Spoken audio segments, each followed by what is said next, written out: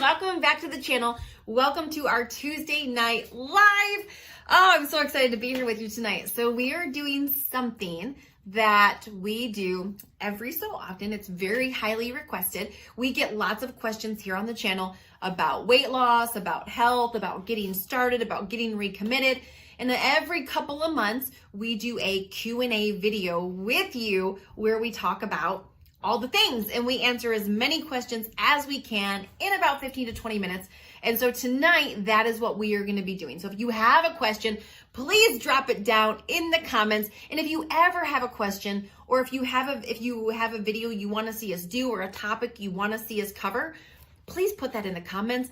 Send us a message. Let us know. Find me on Facebook. Find me on Instagram. I want to connect with you. Every single Tuesday night, we do these videos to help you make your weight loss journey easier and to have a little more success, find a little more fulfillment, a little more joy in the process, and to make you realize that your goals, your health goals are possible. They're possible. And it doesn't matter how many times you failed in the past.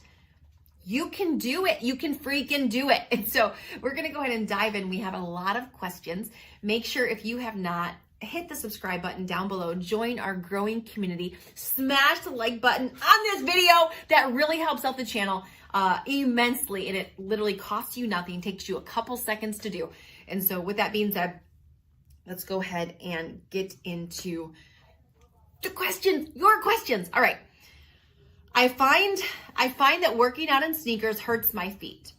So I work out bare feet. Do you recommend any type of sneaker for workouts? So yes. Now here's what I will say. Everybody's feet are different. And so I went through the same exact thing. When I started working out back in 2014, I went to the store and I bought some sneakers, and what I found is there were times when my toes would start going numb. Like literally, I'd be in the middle of my workout and my toes would be going numb. And then I went through this season where I would get a ton of ingrown toenails because my toes were so together when I was working out. And I started working out bare feet, which is still my preference of choice. But depending on the kind of training I'm doing, HIIT training, jump training, depending on the kind of training I'm doing, sometimes I do need a tennis shoe. So my favorite tennis shoe to work out in is the Nike Pegasus Zoom. The Nike Pegasus Zoom. And the reason why I love it is it still makes me feel like I have support, arch support. My foot's locked in. It's not moving around. But the front of the shoe, my toes have room to move around. So they're not constantly crammed together. My toes don't go numb. I don't get ingrown toenails, and I'm not even aware of my shoes when I'm working out, which is really how it should be. And so it really is a personal preference, but I have found by testing it out, the Nike Pegasus Zoom, they're my jam. I love them. It is all I will buy for working out, and they're the bomb. So that would be my recommendation. And yeah, let me know how they work out for you. So, all right. What are your thoughts on red meat while losing weight? So lean red meat is fine, like filet mignon, all of that. And it depends on really how you're trying to lose weight. If you're counting calories, you can have any meat. I'm a big fan of chicken, ground turkey, lean ground turkey, turkey breast, fish, shrimp. And the reason why is because literally chicken is half the calories of red meat. So if you're counting calories, you could eat more chicken. If you're using a macro-based system, like some of my clients use a container system, which kind of goes according to their macros, then you're going to be in a bigger calorie deficit, which means you're going to lose weight faster. You're going to get to your goal faster. So for me, I tend to steer towards the lower calorie meats. If you're going to eat red meat, just know it's a higher fat content. If I do eat red meat, I do go for things like filet mignon. I go for the 96% lean ground beef. I'm going to go for your leaner meats if I do choose to eat beef. But you can certainly eat beef. You can certainly eat red meat. It's not that you're not going to lose weight if you eat red meat. The most important thing is making sure you're in a calorie deficit as you're losing weight, because that is how you lose weight, is by being in a calorie deficit. So that would be what I would say about that. Does it get easier over time? All right. Well, here's what I will say about that. It does not get easier over time.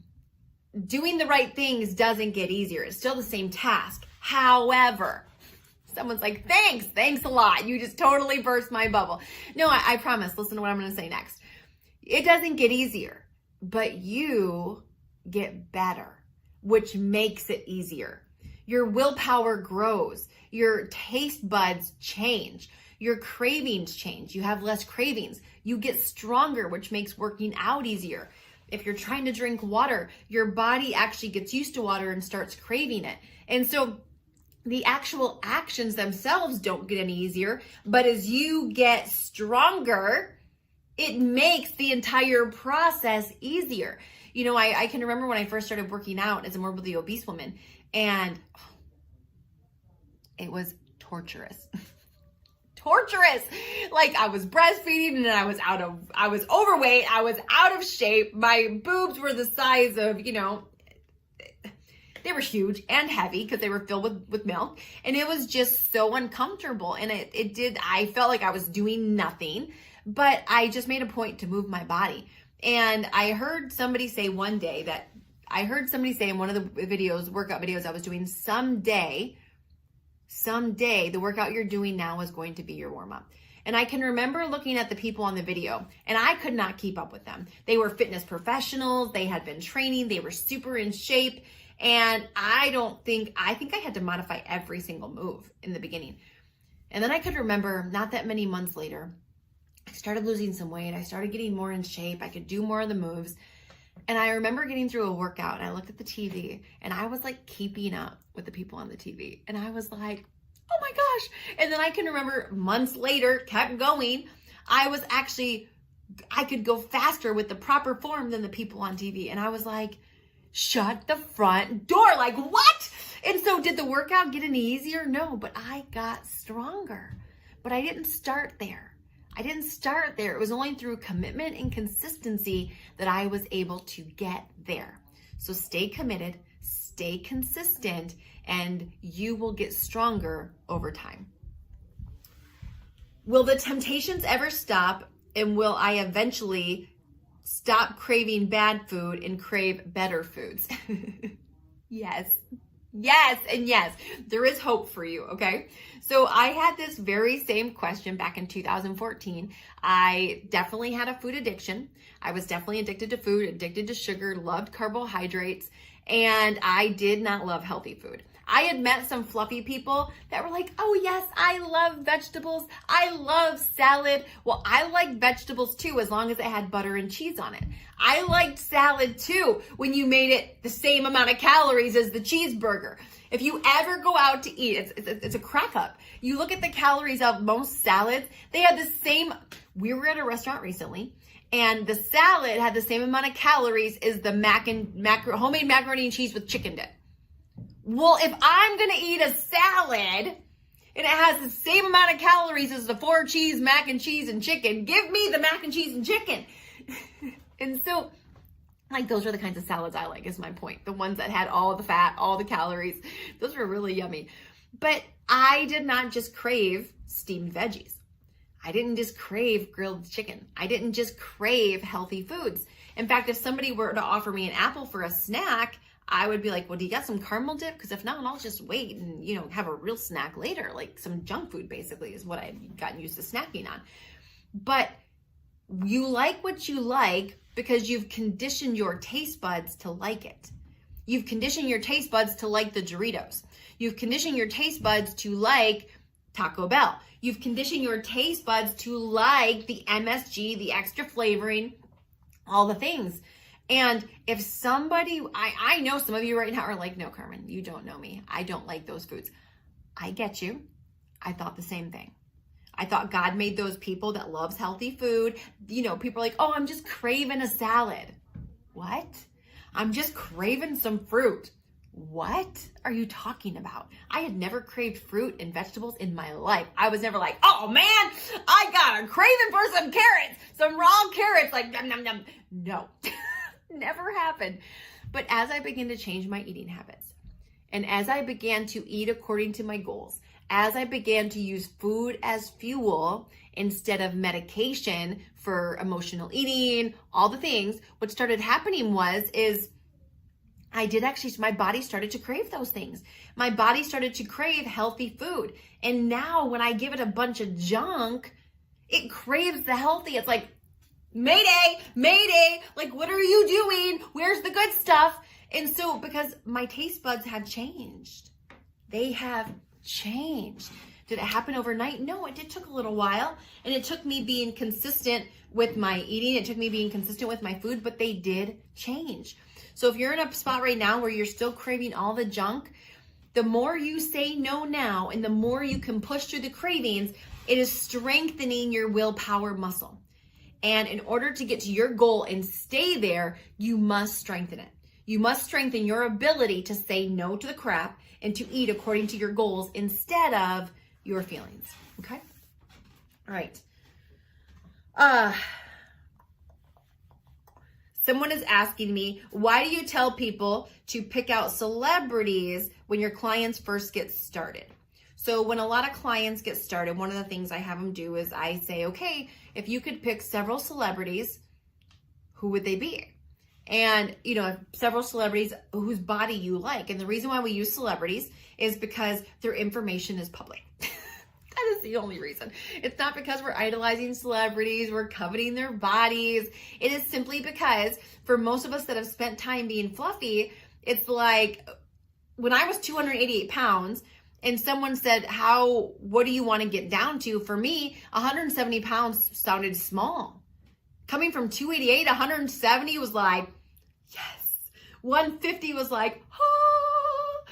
But I was a little bit deceived, if you will. I had this like illogical fear of being too skinny, of looking like a 12-year-old girl, of having no curves. And so I always erred on the side of heavier. And so when I actually Googled celebrities that were 5'4", and I started looking at their bodies and looking at their weights, I realized that if I could just wave my magic wand and my body could be any size, my eye gate was really attracted to celebrities that were right around 125 to 130 pounds. My eye gate was not attracted to celebrities that were 150 pounds. Not that there was anything wrong with that. But again, if I could just wave my magic wand and be anywhere, it would have been around that 125, 130 pound mark. And so all that information you can access on celebrities. So if you're 5'6", it's Googling celebrities and their weight that are 5'6". If you're a man and you're 5'10", male celebrities that are 5'10", what is their weight? And it's Googling that. That's going to give you an idea of shapes, sizes, ages. And I started seeing like Jennifer Lopez, Kim Kardashian, Catherine Zeta-Jones. Like those girls were all right around where I wanted to be. And they were all right around 125 pounds. So at 288 pounds, I set my goal at 128 pounds. And just saying that out loud then scared the bejesus out of me. Like it was like I was at the bottom of a mountain and I had never hiked before. And here I was standing at the bottom, staring up at Mount Everest going, oh my gosh, it's so tall. It's so slippery. Can I do it? Am I gonna die? Like it was so scary to even have it come out of my mouth that I'm 288 pounds, I'm a size 22, and I'm gonna get down to 128 pounds. What? But I did it. I got down to 127 pounds, 161 pounds in 13 months. Went from a size 22. And I had no idea what size that would be, by the way. Had no clue. The smallest size I could ever remember being was a size 7 in the 7th grade. And then everything else beyond there was double-digit sizes. Like, in my mind, even a size 6 was like itty-bitty woman. And so when I got down to a size 2, it was like, wait, so I'm not big bone? Like, I don't have big bones? Like, what the heck? And so that's why I have people use celebrities. All right. Was there a point at all where food planning and everything got overwhelming? Yeah, I think all of us at certain times can get overwhelmed. But here's what I will also say. I think a lot of times we focus on overwhelmment instead of just focusing on one step at a time. And through business and through personal development, I had kind of worked on not allowing myself to get overwhelmed, but I never looked at all the things I had to do. That's how you get overwhelmed. You look at all the things you had to do. It was simply, okay, what's the next thing I need to do? I need to go grocery shopping. Then I need to food prep. Then I need to make a meal. So I just went one thing at a time. I never looked at all the things. I looked at the next thing on my list to do and I got it done. And then I looked at the next thing on my list to do and I got it done. And when I did that, I didn't get overwhelmed. And whenever I felt myself getting overwhelmed or like I was out of my element or uncomfortable and is this going to work? And for me, it was more, am I doing this right? Like, I'm a morbidly obese woman. I don't know what it's like to be skinny. I don't even know how to get skinny. Like, I've read about losing weight, but clearly I'm morbidly obese. So I really don't know how to lose weight. If I knew how to do it, I would have done it, right? And so sometimes it was more of, am I doing the right thing? Do I really know what I'm doing? It was more that than anything. But just one step at a time. And if you start to feel that coming on, just breathe and listen, what's my next thing? I'm not even going to go there. There's no reason to get stressed. There's no reason to let anxiety creep in. There's no reason to let fear and frustration creep in. What's my next step? What do I need to do next? And then and then also one of the things that helps with that is putting things like this in your ear. Like listening to people who've been there and done it, people that have succeeded, people that are giving practical advice on how to do it. And so I would go to things like this and just control the thoughts that were going through my mind. And listen, we have hundreds and hundreds and hundreds of videos here on the channel. Like, just pick one and play it while you're food prepping, play it while you're in the shower. The one thing I'm confident of is if you and I spend enough time together, I will brainwash you into thinking you can do anything. Like, I will brainwash you to fit. I will brainwash you to skinny. I will brainwash you, no matter how many times you failed in the past, to thinking, I can do this. I can have anybody I want. That's the truth of the matter. And so make sure you're putting the right things into here. And for me, that was part of controlling the anxiety, the stress, the overwhelmment, was putting the right things into here. And so, all right. Let me see here. How do I get my water intake up? Okay, it's a great question. So I drink 1 gallon of water per day, and that's what I recommend that my clients do. Industry standard in the diet world would say a minimum of half of your body weight in water every day. So if you weigh 200 pounds, it should be 100 fluid ounces of water you're drinking every single day. For me, I just do 1 gallon. Okay, I've done 1 gallon for a very long time. That's what I do. It's what my clients do. It's what I recommend, okay? But if you don't want to do 1 gallon, do half of your body weight in water every single day. And so for me, because at first, I was not used to drinking all that water. Heck no, I wasn't. And so I would be sipping on water. I would be drinking a little bit of water. Then all of a sudden it'd be 6, 8 o'clock at night and I would have half my water left to drink, right? And then it would be like, if I drink all this, I'm going to be up peeing all night, or I'm going to feel bloated. And so I started setting timers on my phone. I would have 4 of those 33-ounce bottles in my refrigerator, and I wanted the first one gone by 9 a.m. I wanted the second one gone by 11. I wanted 3 out of the 4 gone by 2 p.m. So from 2 to 6, I would drink the 4th one. By 6 o'clock, I had all my water in. And then if I wanted to sip on any 0-calorie drinks at night, if I wanted a diet soda, if I wanted a tea, a 0-calorie tea, if I wanted any Gatorade Zero, I could have that. Because for me at night, that was like a treat. For me at night, in the very beginning, that is what I replaced nighttime snacking with, was like a 0-calorie drink. And so I needed all my water, but I wouldn't let myself have that if I didn't have all my water in. I know somebody just said, what? You can drink diet soda. Listen, I am not advocating and telling you that diet soda is amazing for you. What I'm telling you is, when I first got started losing weight, it really helped me it helped take away the craving of I want something, I need to indulge, and it was 0 calories. Okay. And a diet soda is way better for you than all the extra weight you're carrying around. Being overweight is a way bigger health problem than having a diet soda. Got it? It's so funny. People make this big deal about people drinking diet soda, but they say nothing about the 50 extra pounds that somebody's like, it's like, whatever. Pick your poison, pick your bad. And so, and I still have diet soda on an occasion, sometimes on the weekends. I certainly don't have it every day, but, yeah, so that is what I did with my water is I would set timers. So if I was behind on my water and it was 11 o'clock and I was supposed to have that other one in, I'd literally just chug it. I would just stand there and chug that 33 ounces of water, and I would get it down if I was behind. And then does that kind of help you out on how I did that? And so we're going to stop there for questions. I still have tons of them. So if you have any that you would like to hear us answer in the future, make sure to leave it here. I love your questions. I love answering them. These are always super highly requested. And so for those of you that have submitted questions, thank you for doing so.